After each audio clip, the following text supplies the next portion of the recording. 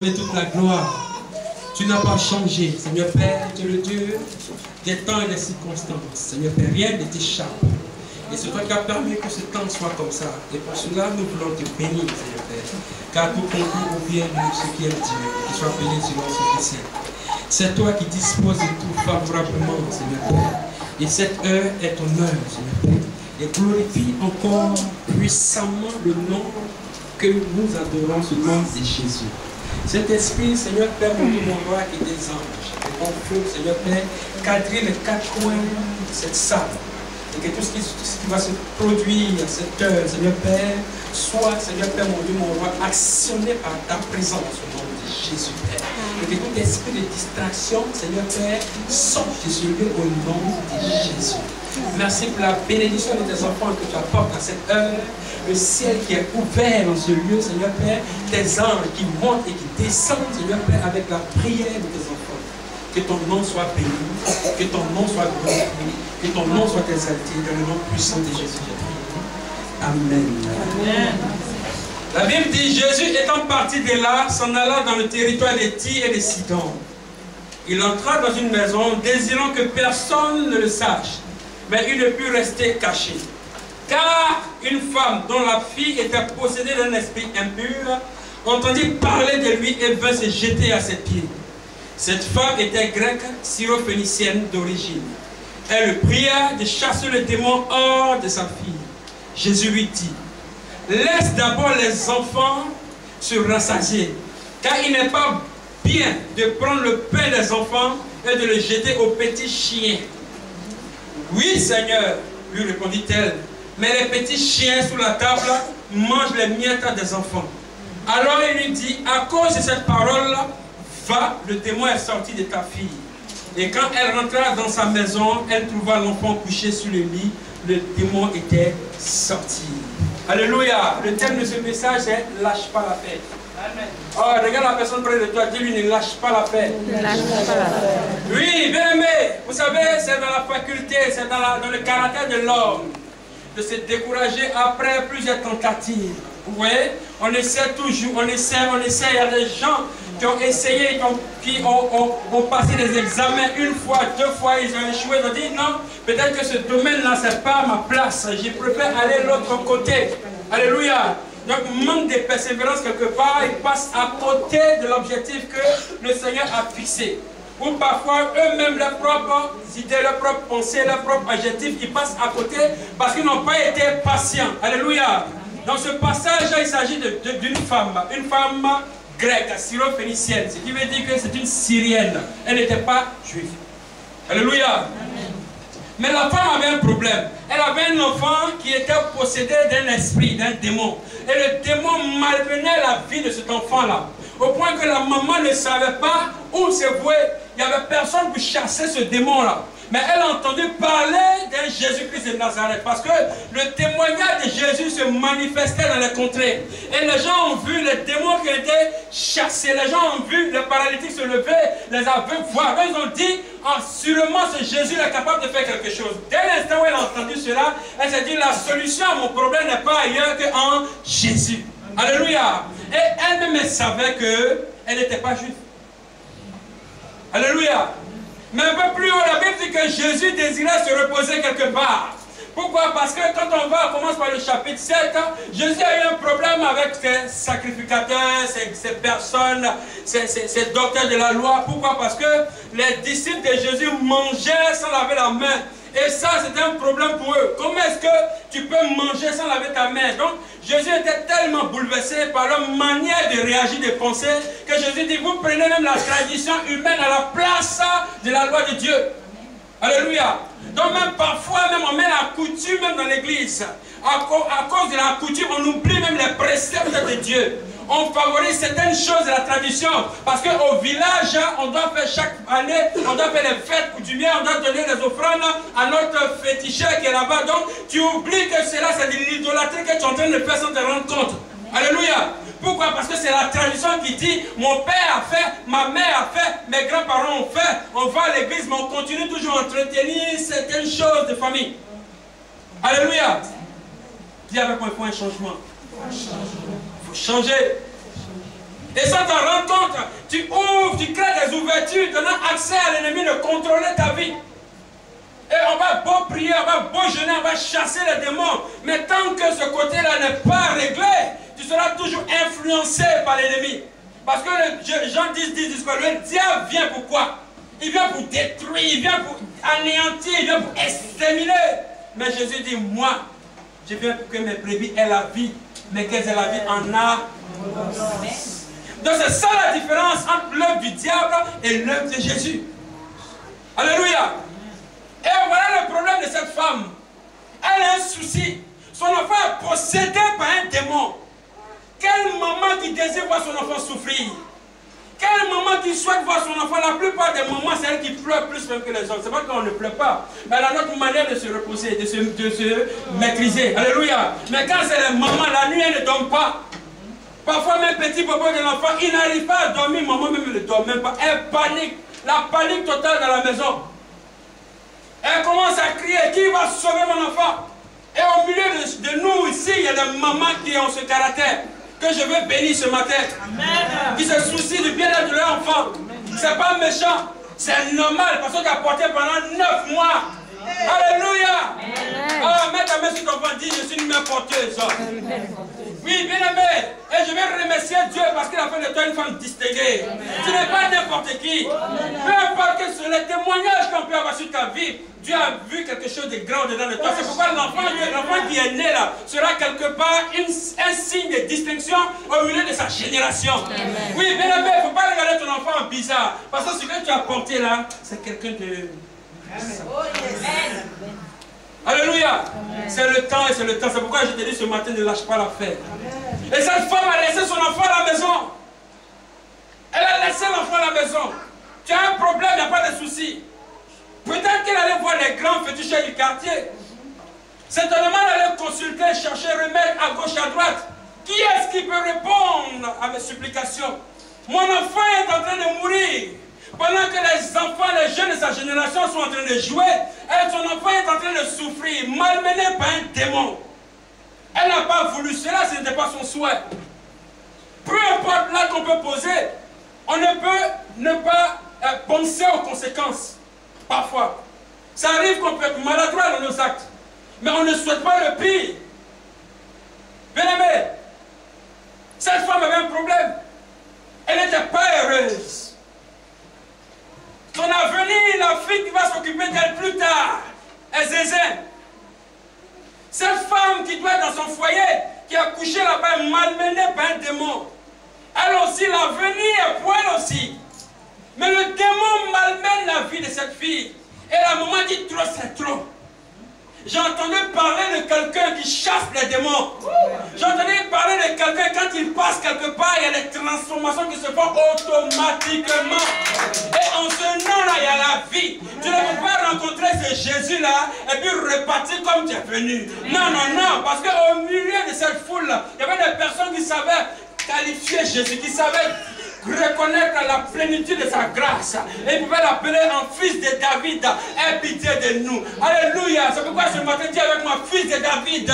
Fils de David. Oh, tu verras quelque chose. Et cette femme souffrait. Elle souffrait. Elle souffrait. Elle s'est levée. Elle allait voir Jésus. Automatiquement, la Bible dit qu'elle s'est prosternée devant lui. Elle a dit, fils de David, aie pitié de moi. Ma fille est tourmentée par un démon. Et Jésus va s'arrêter. Il va regarder la femme. Il regarde bien. Quand on lit dans le livre de Matthieu, le même principe. La Bible dit que les disciples ont dit à Jésus, renvoie-la, écrit derrière nous. Renvoie-la. Elle ne fait pas partie de nous. Parce que son langage n'a rien à voir avec les Juifs.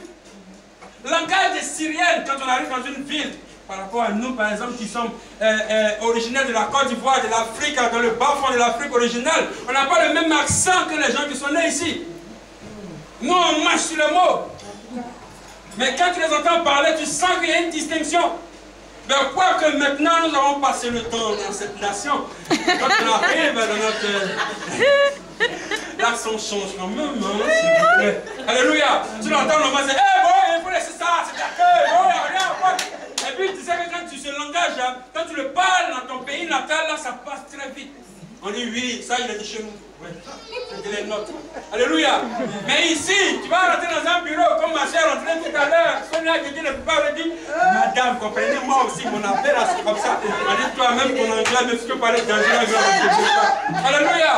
Tu es obligé de t'habituer ou de te conformer à leur mentalité par rapport au travail. Mais spirituellement, tu dois rester connecté à la racine. Alléluia. Ne te laisse pas influencer par rapport aux choses d'ici spirituellement. Mais toi, domine cette situation. Yes. Et cette femme a regardé. Elle dit non, non, non. Moi, les disciples disent renvoie, renvoie. Elle crie derrière nous, derrière Phélicienne, c'est une Syrienne. Elle n'a rien à voir avec nous, c'est des païens. Et Jésus dit attends. Jésus savait qu'elle avait un problème. Et il regarde la femme. Et puis il dit disait qu'il n'est pas bon de donner la nourriture des enfants aux petits chiens. Oh! Tant que... Hey, Jésus! Il a dit, il y a des gens qui auraient déjà répondu trois paroles à Jésus là. Si elle veut m'appeler à mourir, mais tu ne peux pas me traiter de chien. Oh, 2 paroles là. En disant que tu ne me connais pas, Jésus, même parce que tu veux te demander service. On connaît les personnes qui pouvaient parler comme ça. Mais maintenant qu'il ne parle plus comme ça, au nom de Jésus. Ah, il connaît. On connaît. Tu es qui, toi? Même parce qu'on t'appelle Jésus-Christ de Nazareth. À cause de quelques gens que tu as guéris, on ne peut plus respirer dans le quartier. Tu te prends pour qui? Et la femme a regardé dans le langage de Jésus. Elle dit, il y a quelque chose dans son langage. Parce que même ces personnes qui marchent avec lui n'ont pas détecté la manière dont la femme se comportait vis-à-vis de Jésus. Bien aimé, la femme pouvait lire dans la pensée de Jésus. Elle pouvait voir dans le regard de Jésus. Parce que quand quelqu'un ne t'aime pas, il ne parle pas comme ça. Et Jésus va attirer la femme dans une autre dimension. Pour montrer un enseignement même aux disciples autour de lui qui ne savent pas qui est Jésus. Amen. Amen. La femme va pousser un pas le plus haut. Elle va répondre, elle dit ok, il n'y a pas de souci. Mais les chiens là, ils mangent ce qui tombe de la terre. Seigneur, je ne veux pas baguette. Je ne veux pas baguette. Je ne veux pas sac de pain. Mais petit seulement ça me suffit. Parce que ta parole là, ça ne tombe jamais sans avoir accompli ce pourquoi elle est prononcée. Oh, les petits chiens, les hommes qui mangent, ça tombe. Et quand ça tombe, on te dit que la parole du Seigneur a des pieds. Donc Jésus ne va jamais t'abandonner. Peu importe la circonstance, peu importe ce qu'ils vont dire de toi, mais Jésus ne va jamais t'abandonner. Tu t'attends à quelque chose, tu t'attends à un mariage, tu t'attends à quelque chose. Les gens vont dire, oh, ils voient l'église seulement, c'est parce qu'ils n'ont pas mari. Ils vont chercher mari à l'église, il n'y a pas de souci. S'il n'y a pas mari dehors, au moins Jésus sait qu'ici il y a mari. Amen. Oh yes. Prêche, papa. On n'a qu'à dire ce qu'ils veulent. Il ne faut pas écouter. Les disciples m'ont dit, renvoie là. Est-ce qu'elle les a calculés même? Moi, je vais parler au big boss. Yes. C'est tout. Donc Jésus ne va pas t'abandonner. Jésus cherchait à se reposer. Parce que les gens embrouillaient trop. Il vient au milieu de son peuple. Le salut vient des Juifs. Il descend au milieu pour apporter la vérité, pour apporter la résurrection, parce qu'il y a une alliance qui était tissée dans le livre de la Genèse avec Abraham. Le Seigneur a dit, ta descendance sera bénie. Yes, donc, Jésus descend par Abraham, par Moïse, il tisse une alliance, et par David, il sort. C'est pourquoi on l'appelle fils de David. Il vient remettre la nation juive dans la condition réelle qu'ils avaient perdue. Alors, elle ne voulait même pas. Et non, non, non, on ne veut pas t'écouter. Tu es un traître, tu es un enfant, tu connais. On ne sait même pas où tu as eu ton école biblique, tu as eu ta formation. Tu ressembles à qui? On te connaît ici, charpentier. Bien aimé, depuis Jésus est né, 1 an, 2 ans, 12 ans, on parle de Jésus était marché avec les scribes, il posait des questions aux gens. Après les 12 années, on n'a plus entendu parler de Jésus. Mais un jour, à 30 ans, il est sorti. Pendant ces années-là, il travaillait. Yes, dans le secret. Il mettait les clous. Et puis le nuit pouvait briser. Petit, oui. Mon toit est un peu bizarre, tu peux venir, il n'y a pas de souci. C'est pourquoi quand tu viens à l'église, peu importe le poste, n'attends pas qu'on te nomme. Mets-toi à l'œuvre, viens servir Dieu. Mais quand il est là pour servir Dieu, Dieu se lève à ton tour pour ton intérêt. Il ne fermera pas la bouche pour ceux qui le cherchent réellement. Amen. Oui, bien-aimé, Père de l'Éternel des délices, il te donnera que ton cœur désire. Pendant tout ce temps, qu'est-ce que Jésus faisait à ce silence? Il était auprès de son père, Jojo, Joseph. Donc n'attends pas qu'on t'appelle pour dire viens à l'église. N'attends pas qu'on t'appelle pour dire dimanche à culte. N'attends pas qu'on t'invite, viens prier. N'attends pas, n'attends pas. Ne cherche pas qu'on t'invite. Ne joue pas les intéressants devant Dieu. Non. Non. On doit voir les gens se bousculer même pour Dieu. On doit sentir le Seigneur dire, mais je suis fatigué, je veux me reposer. Puis on dit, non Seigneur, tu ne te reposeras pas aussi. Parce que Jésus voulait se reposer, mais il y a une femme qui allait le déranger là où il était. Il faut des gens pour déranger Jésus. Il faut des gens pour interpeller Jésus. Il faut des gens pour dire à Jésus, Seigneur, ne passe pas dans cette ville-là, ne passe pas dans cette église, ça me va visiter, ça me dit quelque chose, ça me visiter, ça répond à ma prière. Car depuis longtemps, je cherche, j'ai entendu parler de toi, mais aujourd'hui, c'est aujourd'hui, parce que le Seigneur a guéri la vie automatiquement. C'est pas un truc qui dit, bon, on verra ça demain. Sur place. D'éprouver la foi de cette femme. Les chiens. Traite-moi les chiens comme tu veux. C'est ton langage. Mais est-ce qu'il y a en vérité ce chien? Ah non. Mais nous, nous sommes les chrétiens.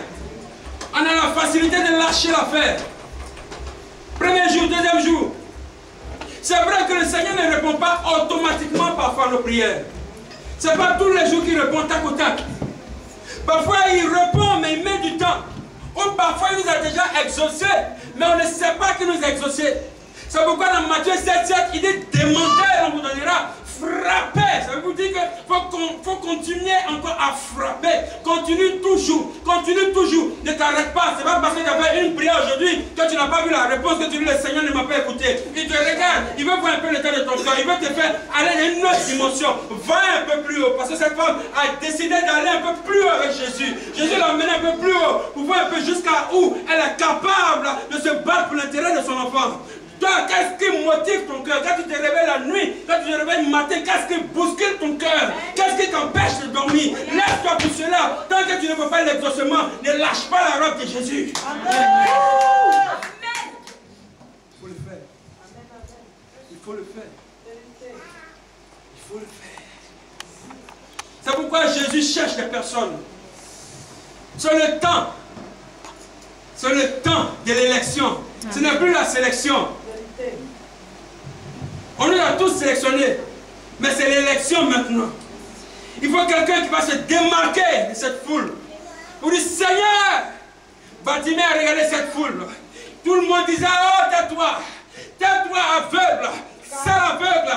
Tais-toi. Ceux qui marchent avec Jésus, c'est les gens de haut cadre. C'est les gens qui sont intellectuellement, qui ont les bons niveaux, comment je peux dire, qui savent ce qu'ils veulent, qui marchent et qui ont la capacité d'apporter un plus autour de Jésus. Mais toi, qu'est-ce que tu peux apporter? Qu'est-ce que tu peux dire? Tu dis quoi? Hein? Comment tu es sale? Tais-toi quand on parle de Jésus. Toi, il faut te taire. Quand on parle de sa majesté, tais-toi. Parce que toi, ta place est ici. Reste aveugle et ferme ta bouche. Amen. Il y a des gens qu'on méprise comme ça. Amen. Quand on parle des gens qui doivent se marier, des femmes de foyer, toi comme ça, si tu as te marier. Toi aussi comme ça. Quand on te regarde même là, dans ta tenue là même, il n'y a pas style. Quand on regarde ta coiffure, toi-même tu peux apporter quoi? Quand tu ouvres ta bouche pour parler, même on dit là même, à la place de A, elle dit E. À la place de là, elle dit l'eau. Quand on dit elle dit une. On te prend comme ça, on te regarde. Et puis, les gens disent, c'est que si un garçon vient ici, la seule personne, la seule fille qu'on peut voir là, c'est celle-là. Et toi-même tu te dis, je suis sûr que si un garçon vient ici là, c'est pas moi qui va regarder, c'est telle personne qui va regarder. Et toi-même parfois tu t'abandonnes, tu te rejettes toi-même. C'était dans une église congolaise où il y a un pasteur qui est allé prêcher et qui a dit, quelle est la plus belle femme de la salle? Il y a eu un silence. C'est qui la plus belle femme de la salle? Et il y a un homme, un des dieux qui se lève et fait ça. Elle n'est pas venue aujourd'hui. Ça, c'est pour ma côté. Et parfois, on ne sait pas reconnaître ce qu'on a nous-mêmes. Tu vas te lever. Viens. Imaginez un peu la honte de la femme. Imaginez un peu. Alléluia. Celle qui est près de toi, que Dieu t'a donné là, c'est pour toi. Alors dis c'est pour moi. S'il n'est pas encore arrivé par la foi, dis c'est pour moi. Alléluia. Tu n'as pas ramassé. Oh. C'est pas un accident. Dieu a tout planifié. Alléluia. Parce qu'il est beau, parce qu'il est belle là, c'est pour toi. Parce que bientôt on va manger les gâteaux. N'est-ce pas, serviteur de Dieu? C'est pour bientôt. On va manger, demander à Isabelle. Elle a déjà préparé sa robe. C'est pour bientôt. Nelly Shérif, c'est pour bientôt. Hey! Hey! Hey! Hey! Demandez à Régine. Demandez à Régine, vous allez voir. Bien, Gaël. Ou bien? Alléluia! J'ai dit, on va célébrer ça. Vous savez pourquoi? Parce que Dieu au commencement a commencé d'abord par la famille. Amen. La famille, très important pour Dieu. Adam n'est pas resté seul là-bas. Il a voulu qu'il ait un enfant. Et il est partout là, va peupler la terre. Donc c'est important, ça fait partie des premiers ministères. C'est pourquoi même si tu sais Dieu, c'est bien. Dieu va t'utiliser puissamment. Mais il y aura quelque part une instabilité un peu, parce que c'est un peu léger. Parce que quand il y a la femme auprès de toi, tu peux être en train de faire n'importe quoi, tu te joues les durs. Mais c'est la femme de temps en temps qui peut te dire chérie, on dirait que ton pantalon derrière c'est un peu de fait. Ah!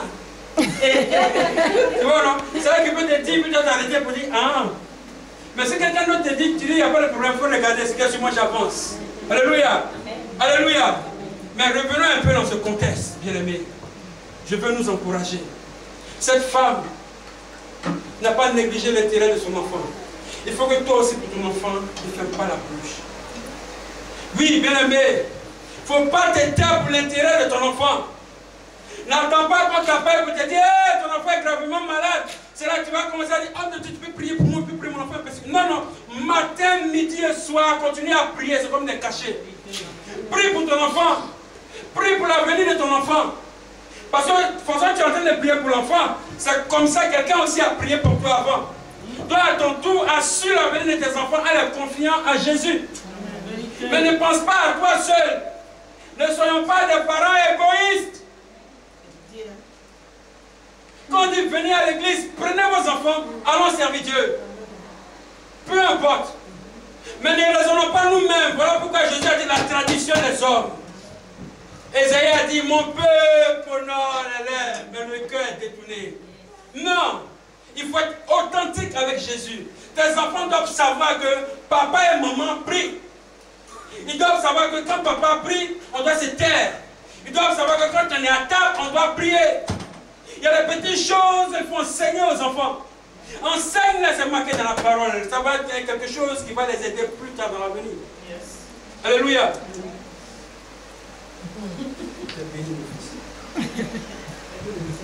Alléluia. C'est pourquoi je vais m'arrêter là. Je vais m'arrêter là. Et je vais demander à chacun d'entre nous. Est-ce que quelqu'un veut s'engager avec Jésus? Est-ce que tu veux t'engager avec Jésus? Est-ce que tu veux t'engager avec Jésus? Est-ce que tu veux t'engager avec Jésus? Ah. Est-ce que tu veux t'engager avec Jésus? Amen. La dernière fois. Est-ce que tu veux t'engager avec Jésus? Amen. Ok, c'est toi debout.